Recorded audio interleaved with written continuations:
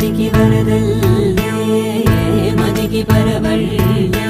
వెలుపు ఎప్పుడు వదిలిందో చురుకు ఎప్పుడు పెరిగిందో తలపు తొలి సల్లే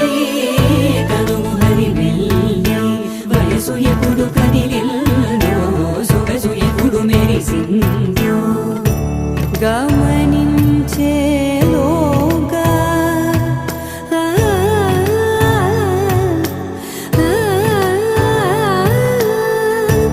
గమకిం